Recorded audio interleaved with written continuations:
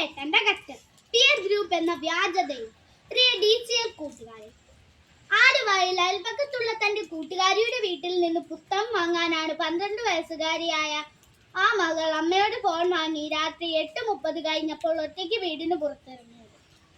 എന്നാൽ അവൾ കൂട്ടുകാരിയുടെ വീട്ടിലും എത്തിയില്ല, അമ്മയുടെ അരികിലും എത്തിയില്ല. ആദ്യ കയറിയ അമ്മ വിവരം പോലീസിൽ അറിയിച്ചു. സമർത്ഥരായ ആലുവ പോലീസ് കേസ് അന്വേഷിക്കുന്നു. കുട്ടിയുടെ കയ്യിലുള്ള അമ്മയുടെ ഫോൺ ലൊക്കേഷൻ നോക്കിയപ്പോൾ സ്ഥലം കാസർഗോഡ്. ഒറ്റയ്ക്ക് കുട്ടി ആ സമയം കൊണ്ട് കാസർഗോഡ് എത്തില്ല എന്നറിയാവുന്ന പോലീസിനോട് അമ്മ പറഞ്ഞു. കൊച്ചിന് ഇൻസ്റ്റാഗ്രാം അക്കൗണ്ട് ഉണ്ട്. 12 വയസ്സുകാരിയുടെ ഇൻസ്റ്റാഗ്രാം പരിശോധിച്ച പോലീസ് ഞെട്ടി.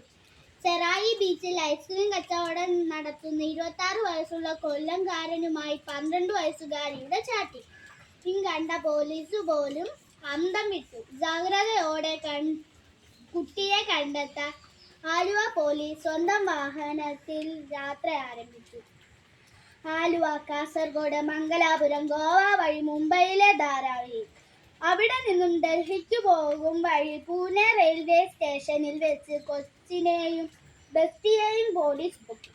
കൊച്ചിന്റെ ഇൻസ്റ്റയിലെ ബെസ്റ്റിക്ക് പോക്സോ കേസിൽ അറസ്റ്റ് റിമാൻഡിൽ. ബാലതലമുറയുടെ സുരക്ഷിതത്വത്തെപ്പറ്റി സുബോധത്തോടെ ചിന്തിക്കുന്ന പല വ്യാജരാജ്യങ്ങളും 16 വയസ്സിൽ താഴെയുള്ള കുട്ടികൾക്ക് സോഷ്യൽ മീഡിയ നിരോധിച്ചു കഴിഞ്ഞു.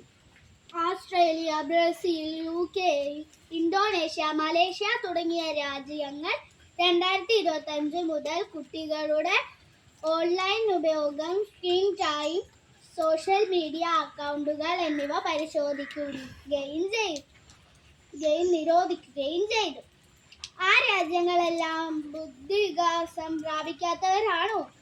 ശാസ്ത്രീയ പുരോഗതി അംഗീകരിക്കാത്തവരാണോ? അല്ല. പുരോഗതിയുടെ വികസനത്തിൻ്റെയും ഒന്നാം നിരയിൽ ഉള്ള രാജ്യങ്ങളാണ് കുട്ടികൾക്ക് സോഷ്യൽ മീഡിയ നിരോധിച്ചത്. പ്രിയ കൂട്ടുകാരെ, ഈ അടുത്തുള്ള കാലത്തെ ചില കുട്ടികാരുടെ സ്വഭാവവും പെരുമാറ്റവും മാതാപിതാക്കളെയും മുതിർന്നവരെയും ഏറെ ആകുലചിത്തരാക്കുന്നുണ്ട്. ആരാണ് എൻ്റെ യഥാർത്ഥ കൂട്ടുകാരെന്ന് സത്യം വീട്ടിൽ പറയാത്ത കുട്ടികളുടെ എണ്ണം കൂടുകയാണ്. പല കുട്ടികൾക്കും അവരുടെ പെരുമാറ്റത്തെയും ശീലങ്ങളെയും തീരുമാനങ്ങളെയും സ്വാധീനിക്കുന്നത് അവരുടെ മാതാപിതാക്കളല്ല. മതബോധം പകരുന്ന ധാർമ്മികതയല്ല, പകരം അവരുടെ പിയർ ഗ്രൂപ്പാണ്.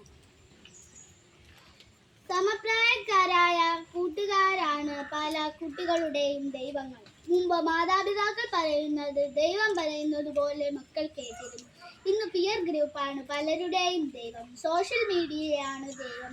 ഇതുവരെ കാണാത്ത വെറും മോഹവാക്കുകൾ മാത്രം ഇൻസ്റ്റയിൽ കുറിക്കുന്ന അജ്ഞതയായ സുഹൃത്താണ് ദൈവം. മക്കളെ കൺമുന്നിൽ കാണാതെ മാതാപിതാക്കളെയും സഹോദരങ്ങളെയും ഗുരുഭൂതരെയും അവഗണിച്ചിട്ട് മറിഞ്ഞിരിക്കുന്ന വ്യാജ സ്നേഹിതരെ വിശ്വസിച്ച മക്കൾക്ക് വഴിതെറ്റും എന്ന് തീർച്ച. ചെറുപ്പം തന്നെയാണ് മക്കളെ. ചെറുപ്പം ഒരിക്കലും വലിപ്പമാകില്ല. മാതാപിതാക്കൾ നിങ്ങൾ ആഗ്രഹിക്കുന്ന പോലെ വളർത്തണോ അതോ നിങ്ങളുടെ നന്മയ്ക്കായി വളർത്തണോ? അവരുടെ ജീവിത പാഠങ്ങൾക്ക് ഒരു വിലയുമില്ലേ? പഴച്ചു വളരുന്ന പല ചില്ലകളും പേടിച്ചു വളരുന്നതാണെന്ന് നല്ല കർഷകൻ അറിയാം. നല്ല കർഷകൻ ചില്ലകളുടെ ചൊല്ലുകൾക്കനുസരിച്ചല്ല പ്രവർത്തിക്കേണ്ടത്.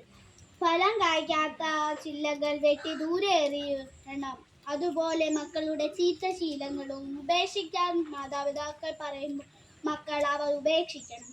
അല്ലാതെ പലപ്പോഴും പിയർ ഗ്രൂപ്പിന്റെ കയ്യടി നോക്കി കുടുംബത്തെ മറക്കുന്നവർ വ്യാജന്മാരുടെ പിന്നാലെ പോയി നിത്യമായ ചതിക്കുഴിയിൽ നീ പതിക്കും. കൂട്ടുകാർക്ക് ശരിയായ വഴിയിൽ വളരാനും കുടുംബത്തിന്റെ ഐശ്വര്യമാവാനും ഇടവരട്ടെ. സ്നേഹാശംസകളോടെ സ്വന്തം കൊച്ചേട്ടൻ.